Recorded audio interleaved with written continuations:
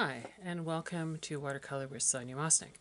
Today we're going to do some really lovely mountains here from Alaska, and some trees and a bit of a stream that comes right through this fisheries area, which is kind of must be some kind of a block so that the salmon or whether trout don't get too far in.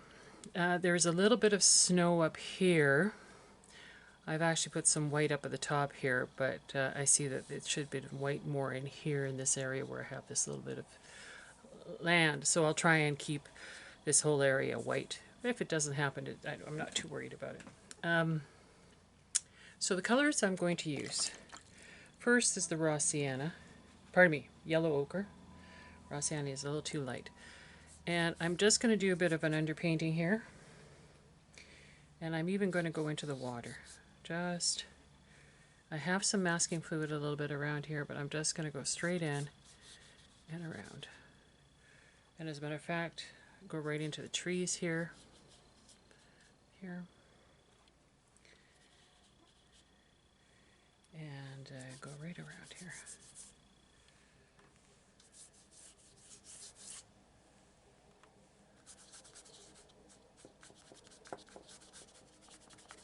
Even a little bit behind here where the white is, right there. That's it, where the masking fluid is. I'll go right into here. I'm using a very large Da Vinci brush. I want to get that coloring right in there. Okay, so that's our first layer. It's just that beautiful yellow ochre. And then from there, if we use French ultramarine or ultramarine blue, depending on how it's interacting, it should turn a bit gray in here. And so we want to bring that right in to the water. Get that starting to look a little gray.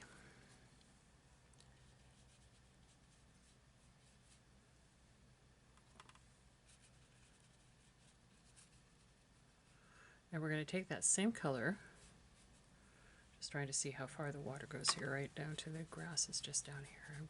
It's right in there. Just seeing here, I think it goes right up in there a bit more.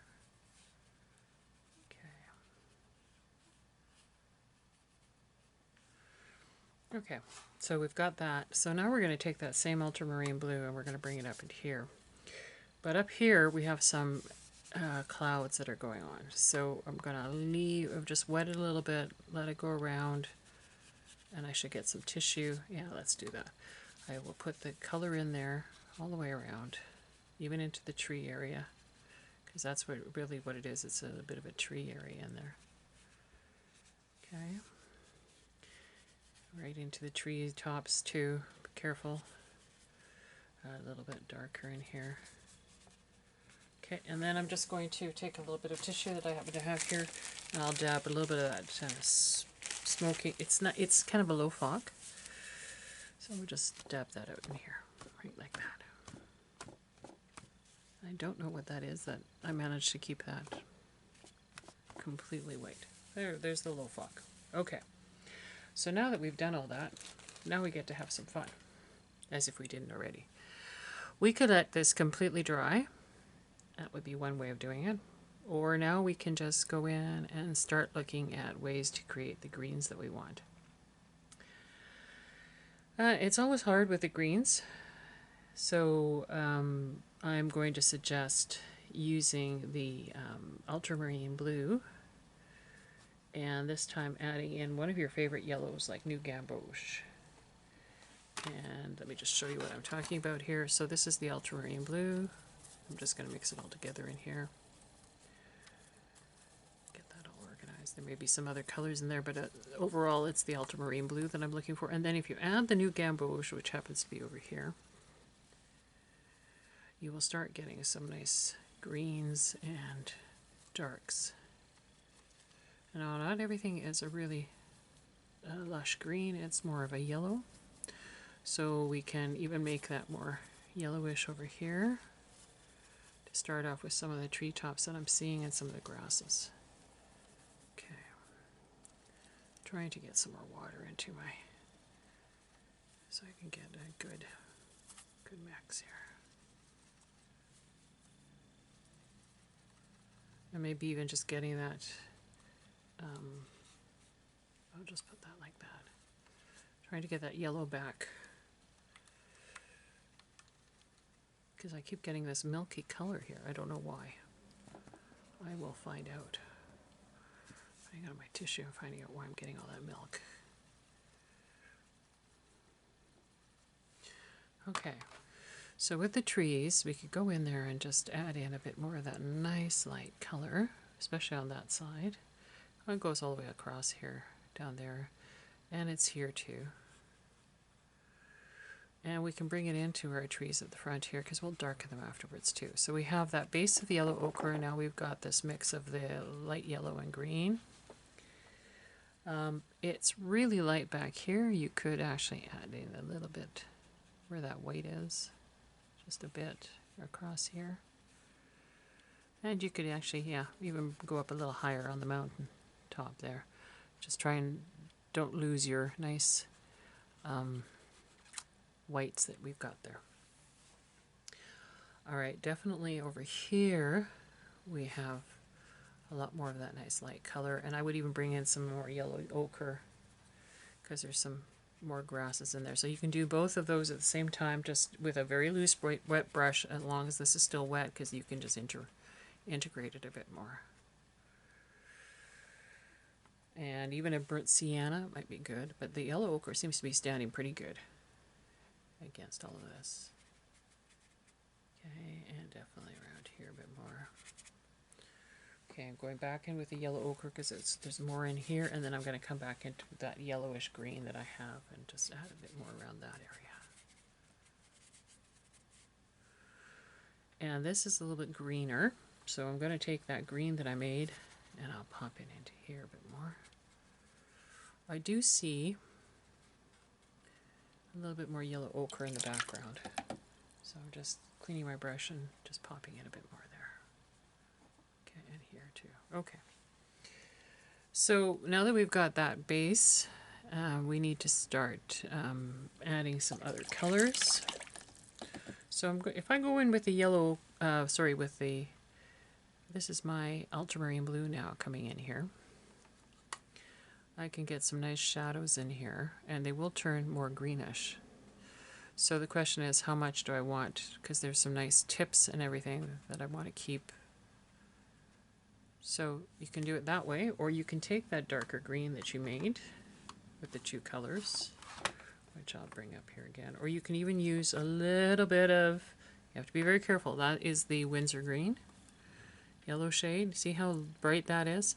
You must bring a lot of other color into it, including a little bit of red. I don't know what this is down here.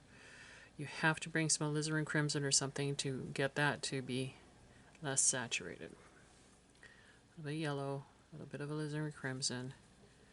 It was grayish. You can add a little bit more if you want to. Be careful. Add a little bit of ultramarine blue. Now you're getting more of a bluish green color on here. Look, that's not bad for the shadows. On this tree especially, it's got some really nice shadows, especially down at the base here. Okay. It's puddling a bit too much, so I'm going to lift that up. It's my particular paper I'm using, I'm not sure. Okay, so now I'm going to put in a bit, this is I think the Artistico from Desires. Putting a little bit into the trees here. And if you notice that that color comes underneath into the water here, but try not to do it, make sure it's dry in that area and let it just come across where these shadows are. Right there. The shadows come in here a bit. And they come along the edge, but you gotta be careful that you don't get too green. And then what do? We want just a wee bit of that just in between the trees here, not too much. A little bit over here. And then it's actually a little bit in the water at this level. And then we want a lighter color coming through. It's definitely darker over here, so we can pop that in here. That's not bad at all. Right down there. Here, it's not as much. We're going to do a little bit there. It comes through. Over here, tiny bit, just a little bit across. Down here, no. Okay, maybe a little bit over here. All right, so we have to actually let this dry because we need now some other colors in here. We need some more color of the ultramarine blue in there. Just, let's see here. Around here a bit. Coming across, down. Now we haven't picked up, there is some lighter green there. I have to come back in and get that.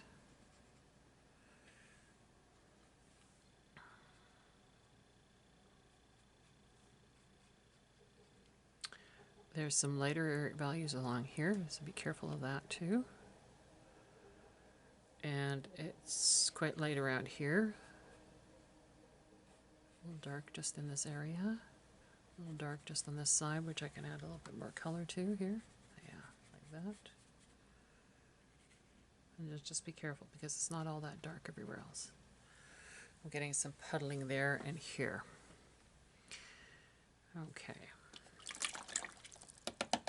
What I would like to see is more of that blue in the mountain. So let's add some more blue up there.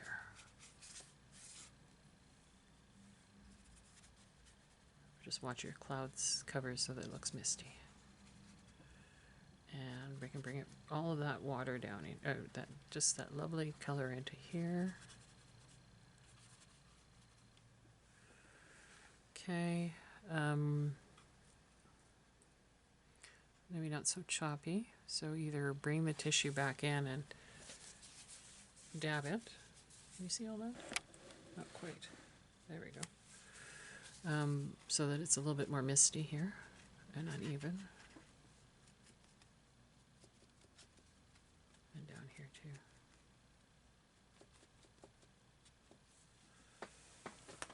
Okay, so I can come in just a little bit more into some of this area here, a little bit.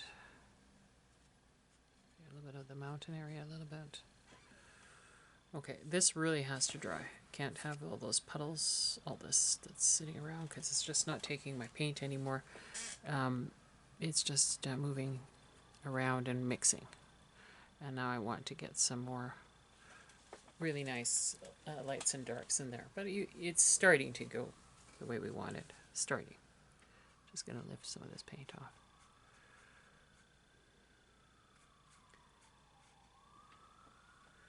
So basically now I just have to wait. I can take some of this paint away too.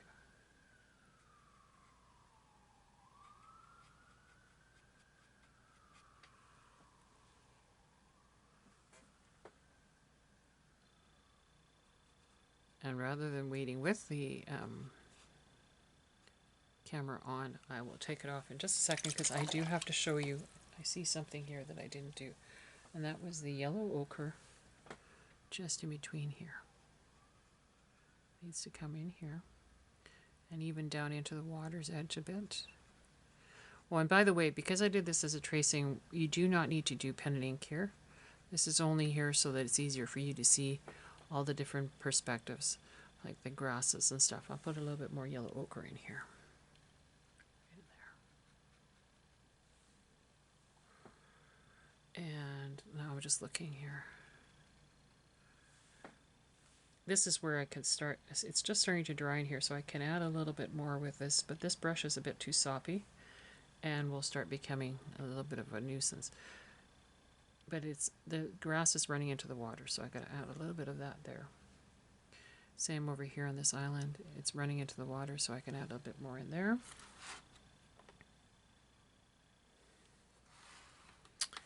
And I'm looking for my reference photo, which just disappeared.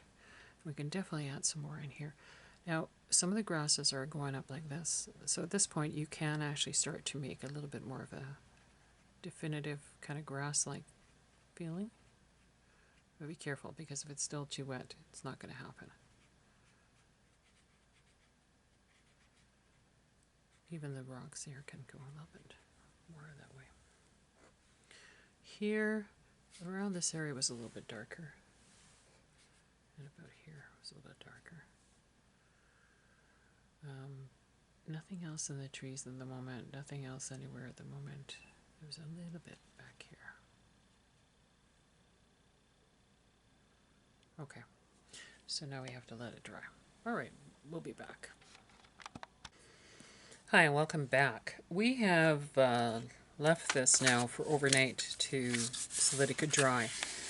And it's not a great piece of paper because I put the tape, kind of tape on there, so it didn't really stay away from buckling. However, now that I have the underpainting there, we can go in with a small brush and colors and start to really create some nice contrasts.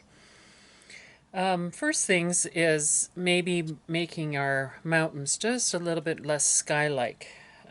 So could be a phthalo blue. I'm just looking here to see how we can get a nice, either a magnesium with a little bit of yellow in it to get a little bit more green. But you don't want it too bright green like that. We want it more subdued green. So even, I would say, a sepia maybe? Let's have a look here. If you bring the sepia, now we're getting a little bit, it's warmer. It's going a bit green on me, which is a little bit better than blue, because we don't want to really get the sense that it's sky. So that helps a little bit in that change of coloring. Doesn't have to be too dark because it's further away. Let's bring in a little bit of that into some of the shadowy areas here, maybe.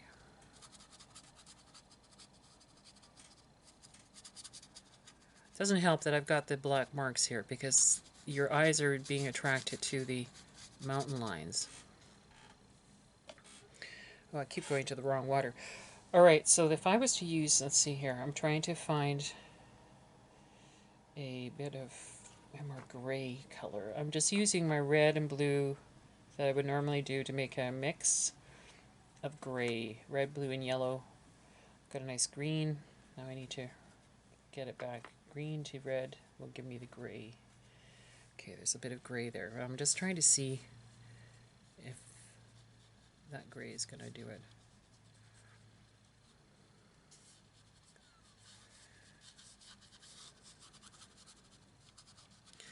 Now what happens is I start adding all that dark into the background. It definitely pulls your eye back there, but it may be a bit too dark given that we want some darker colors in the front. So I'm going to leave it like that, softening it up a bit, putting a little bit more up here in the upper mountain area. Because you don't really see, I think that's the big thing, you don't really see where the mountain kind of comes down. And usually there's this kind of feeling that there are these valleys in between that would allow you to see that. So maybe just adding a bit of shadow into those areas can help. Let's just put that in there. Okay. So having done that, because I'm thinking neutral tint or even a different gray mix could be just what we need. I think I've got burnt sienna here. And the burnt sienna will probably be used, but I need to have more of a darker blue here. It's interesting. Okay. So taking my phthalo blue, adding some alizarin crimson to it. I'm going to get quite a dark greenish color here. That's probably too greenish for what I really want, so I need more red. There we go. And not all the water is this color, this dark color. Okay, it does come out down here with the trees, and that tree comes really far down. It does come down over here with these trees, so let's pop that in.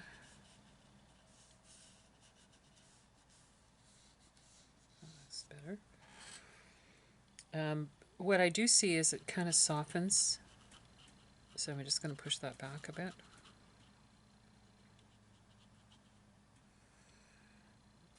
And it gets quite light here. Now, if you notice, my lights there are muted, but got the island in between, and we don't have any shadow in the bottom. But I need to soften this up here. So this is where it just kind of was the first layer, and I need to have it just not quite as strong there. Okay, now let's go right into the edges of the water here, because this is definitely, there's a bit of a transition between the actual trees and that area. So let's try some more of that nice dark color, which is more alizarin crimson, less phthalo blue. And if we add just a little bit of yellow to it, we will now get a nice dark rich green. And let me show you that green there. And if I need to put any more phthalo in there, then it's going to get even darker. But if I put a little bit more, now we're getting a purple here. So it goes in with the phthalo a little bit more yellow. And we'll start to get that rich green, bluish green. Because we have some shadows right up in this area in here that we're going to add to the tree. So thinking about the bits of the tree, base of the tree, coming up into the center, the branches, there will be branches sticking forward as well as sticking under. So we're trying to capture all that. Just going to go put in quite a bit of paint. And trying to think of those grasses that are, so we're basically doing negative painting, trying to either go around the masking fluid or some of the yellow ochre that's in there. And then coming up from the tree and trying to think about the branch underneath the tree. Under branch, and then branch, you know, so that we don't lose, there's the tree there. Maybe we need to go right in and add more tree in the background there that's darker, a little lighter maybe up here. Over here where the front area is here, maybe along the edge here, just where those tree branches come in, and up here too. And it's really dark down here, so anything I can do to add to that easily enough, a little bit of brown or burnt sienna, or pardon me, not burnt sienna, burnt umber, sepia, or neutral tint, shadow violet, anything to really bring that depth of that color in there. So now that is, and it's warmer, so it's bringing it forward a bit. Going into, I see that some of that is a reflection in here. So I'm going to come back to that color that I had, that I was using in here, and bring that reflection right into the base here, continuing along here. And it actually follows around, right around there, coming right down in here. Let me just bring that in a bit more. And I'm going to do a little bit more here. Get a nice bit of dark in there. Okay, so we've started to darken up these areas. We don't have the shadows here underneath these stones. And there are bits of green in a few places that if we were to just touch in, can we get some grasses coming through? This brush is too big for that. Okay, so at the same time that I still have this color, I'm going to come back over here. Something on my brush here. Come back here, bring some of that color back in here, a little richer as it's drying again. Okay, and then it came out, and it did kind of came over here. And I've got to be careful. I lost some of that yellow ochre in there that I wanted. Then it also came a little bit over on this side of the island, down below the island here. A little bit more over here. Just little bits. Okay. Around here by the edge of the water here. Definitely need more of the color in there. Okay. And I'm looking here. This is pretty good. Could be a little darker in there. And now we could, before I go into this area here, I'm going to add a little bit of dark into the parts of the trees. So the lower section in between where the grasses were, definitely. So the base here needs to have it highlighted. This is still the same green as I did over here. Okay, and if we add a little bit, I used phthalo blue, alizarin, and then this is really darkish now. Just going to pop it back in here. And I should be using just a little smaller brush. Okay, there was a couple of tall trees here that I can add some of that color to. More to the left. Just a little bit of that color up there. Going to go up in here.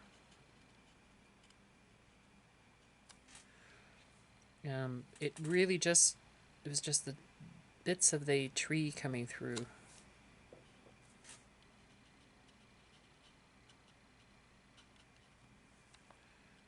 So that you can see it versus the background. Again, because there's ink, it's so easy just to let the ink do the work.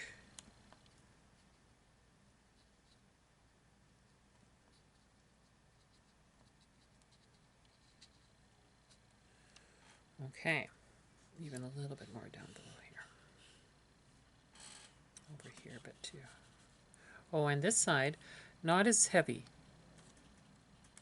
A little bit more on that tree. Okay. Okay, so now we're coming closer forward here. We have to do a little bit more work on these areas. The darkening up here. And that could even be a little bit more of that sepia color, just getting it in because it's warmer and pulling it closer a bit, darker. I'm just trying to look here. There was not a whole lot of additional, a little bit of shadow as it comes along here.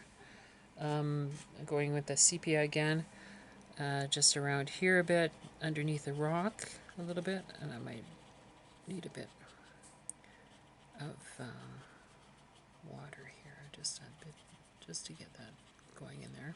Okay, I'm looking here a little bit darker right around this particular fence area. Not much, a little bit, just a bit of brushing along here. Kind of the waves. And this is kind of more of a grayish tone that's come out just from the way my brush is mixing with the blue that's currently there. Okay, and then I'm looking, I'm just going to change the image so it's a little smaller if I can. No, I can't. Okay.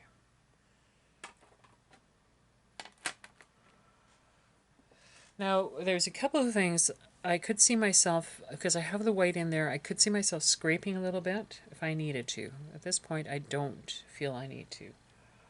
But I'm looking at some of these areas where there's gaps, and it's a little bit bluer than what I've got. So I'm going to go back to, I have a cobalt blue magnesium kind of blue here. I'm just going to add a little bit more to it. There we go. Just a bit more in here. Still want the whites, but the whites are going to come through, so I might as well just play it up and put a little bit more in there. Okay, and I'm happy with the way it's here. Could be a little bit more just around here.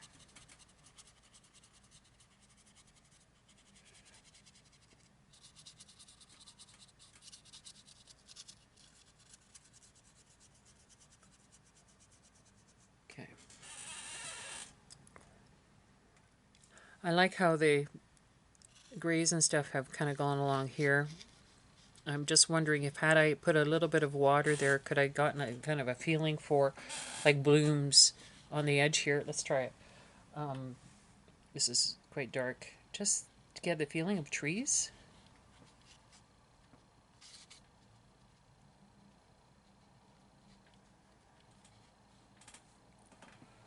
A little bit of green maybe. I have a lot of sap greens and ochre greens and stuff in this palette that I have from Van Gogh, and I don't often use it, so I'm just trying to pop in a bit to See if that'll help a little bit. Maybe a little bit more blue in there. I don't know. If I go cooler blue, it will definitely help recede it. But I don't know that I'm going to get... See, it's going to get a little too greenish. I really want it getting that green. That's more of a watercolor that I really would like. Even up here, you know, just that feeling of cold water. But let's just pop it in there to see if that helps, because it does help recede it a bit.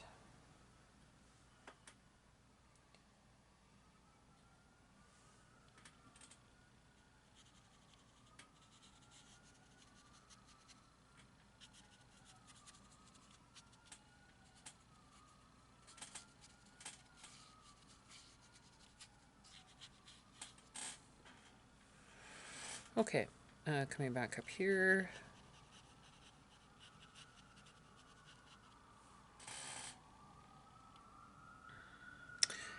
I'm thinking about there's a bit of shadow in these areas, which would be better with a little bit of either burnt sienna. This is a bit too dark. This is the sepia in there. So I could go with a little bit more burnt sienna. Let's do that. So these banks have just a little, I like that. That's not bad. That's oranging up nicely. And here, there's just a bit of areas in here. Even along the bank's edge here.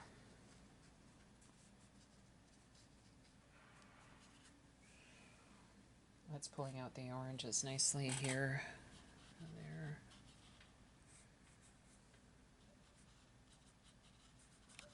Kind of where the grass flattened a little bit. I'm going to bring a little bit more, that'll warm that up, pull that forward a bit more here. So I have a fan brush, and the fan brush could be just what we need to kind of get that feeling of those grasses coming up. So I'm going to wet my fan brush now, take some more of that color, yeah, and just try and get just that feeling of the grass even here, because that's where it's coming up. I'll do some with the yellow ochre in a minute. I'm just going to do a little bit more here. Even just like that. It's just dark enough that it's showing up through.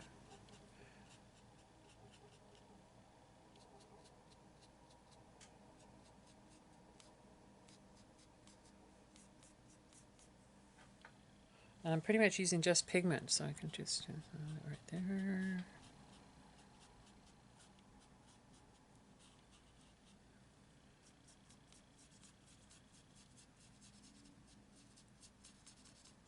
You could do this with a little bit of dark green too. Let's see.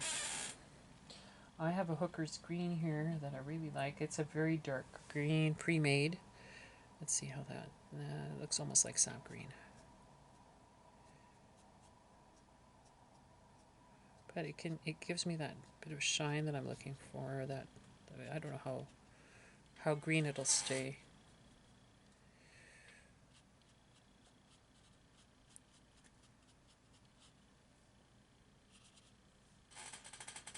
I'd like to see a little bit more of that burnt sienna in there,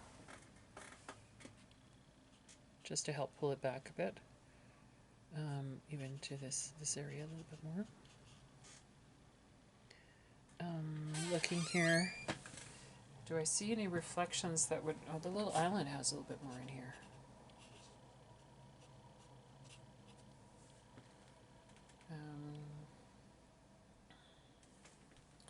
Comes down just a bit more in there. A little bit over here is darker there. So I can pop in. There's some masking fluid, it looks like here.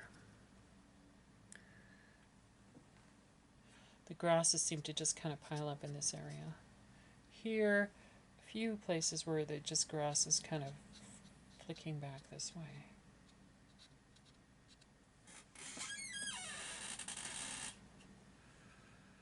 I think it's time to remove the masking fluid. Okay. That was just my phone.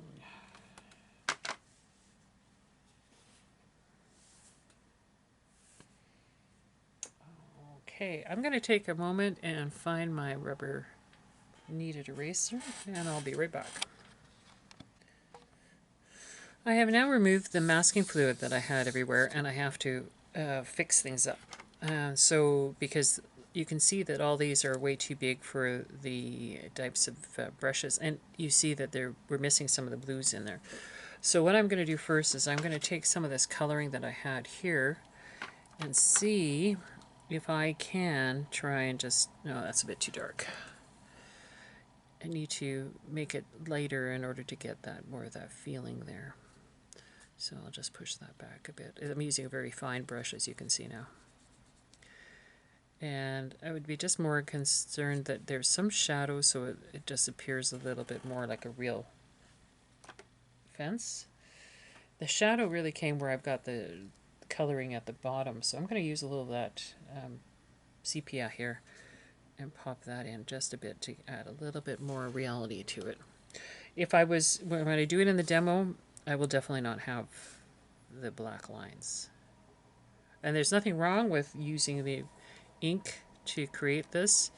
It's just that I want to try and make it more of a real landscape as opposed to a pen and ink landscape.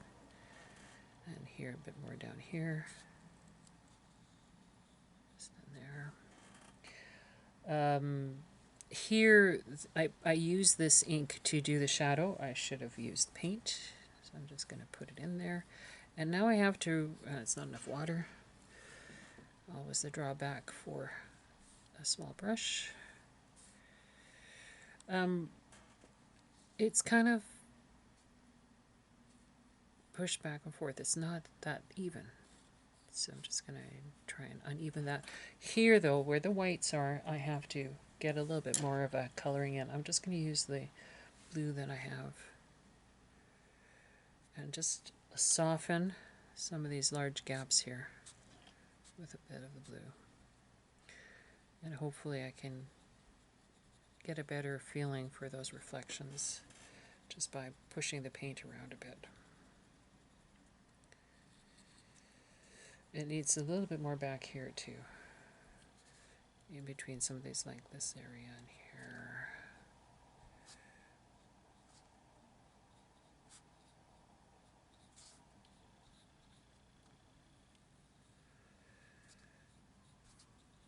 Where the lines are, the black lines are, is really where the water should be shining through, and that's not well captured by having all these black lines in there from my drawing.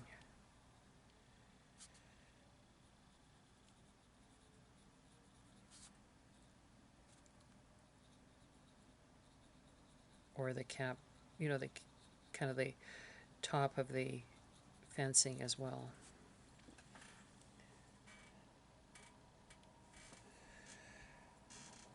There's actually, I didn't even notice this. I missed a little bit back there. But I see some kind of lines coming out here, like a little bit more ripples coming out here a bit more. Just adding those a bit more here. And I noticed my masking fluid didn't quite make it into here, so I can just fill that in a bit more.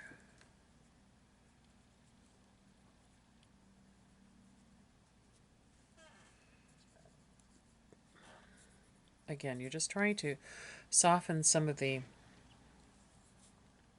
areas so that they look more real with all the masking that was added. Okay, so well, oh, I see here too, that didn't get properly done. So what another area that you can do, you just take your brush, wet the area here, so just wet it, and then drop in a little bit of the paint, and then push it around a bit. Just push that off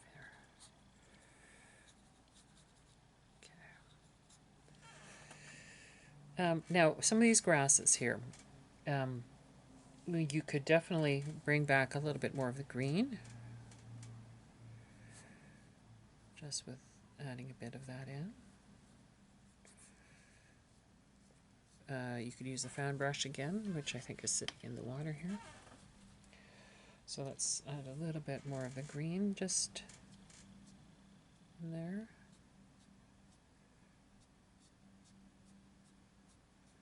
Okay, and now let's add a little bit more of the yellow ochre.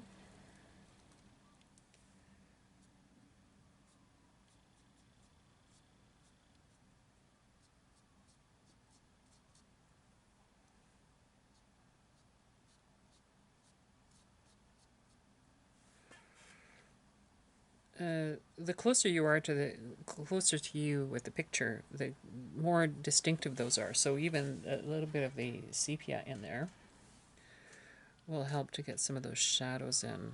And that's just basically like the ink lines that I put in there as well. I'm just adding a little bit more water to this sepia to allow me to get some of those nice shadows in there.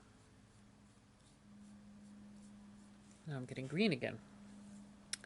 Okay, let's go back and add a little bit more of the shadows here too, trying to make it more realistic.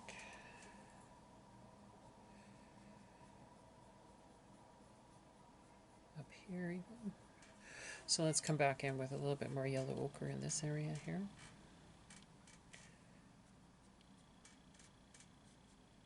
Here too, right? Now I'll get some green back in. I'm using my pinky as my way of just holding and being more able to flick. If I use the pinky, I can easily direct where I want some of these items to be. It's a little harder when you're just doing it without the stability of having that extra hand there. That's a bit too dark. Let's bring in some yellow ochre.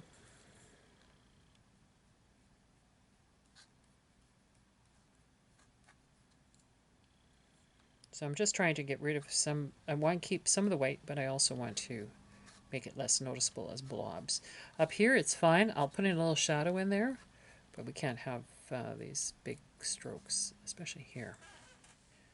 So either doing it with the fan brush or just with the little brush.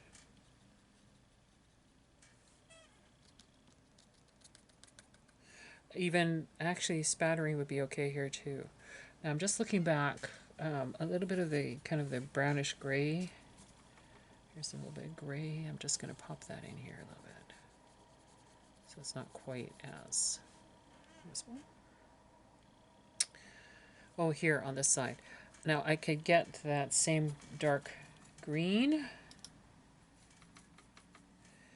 and just kind of soften that up, or I actually take the brush and I bring that color down. So it's a little bit more muted and natural. That brown could come up a bit more in here too, to show if there was a tree trunk in there. Oh, and that's the other thing. That's why I brought the other small brush out.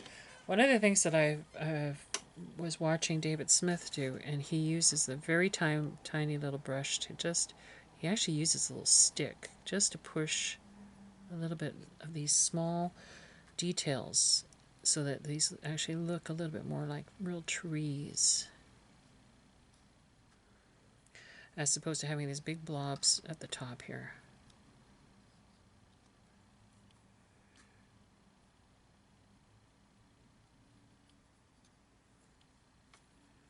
Now, again, it's far away, so you're not going to see a lot, but it's not usually going to end up in a big mass at the top there. So anything to try and just get that to look a little bit more realistic is always useful.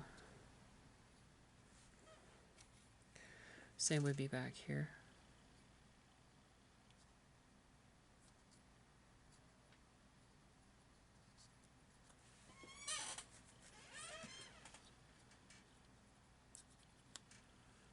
Could put a little bit more of that coloring just into bits in here.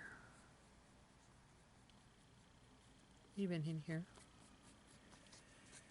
Now, spattering. So if I was going to spatter, which I think I will, I quite like that idea. I'm not going to worry about where it goes. I'll just try it. I'm going to make a blue with phthalo blue. You know what this is? It's actually more of a phthalo turquoise that I've got in here. Okay, here we go. So I've got my smaller brush. I just need a different edge, and I just need to pop it down like that. That's it. Just spatter it around a bit.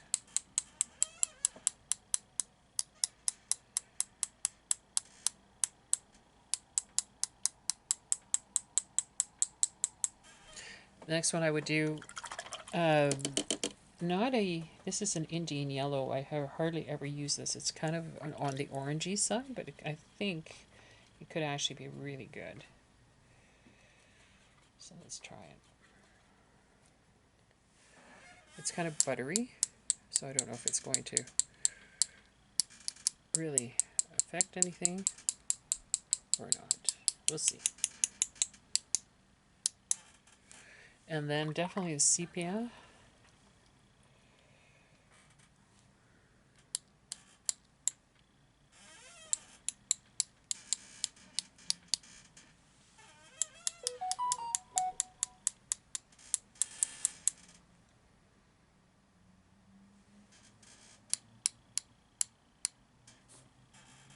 Okay, I think that's it. Quite happy with the way that worked. And in the demo, I'm not going to put the ink in, but this is a good first go at it. I would definitely be more clear about where my whites go on the fence. Either masking the whole area, even putting just masking tape across, and then afterwards coming back in and filling in those areas. I think that could be very helpful. Okay, I hope you enjoyed this journey with me.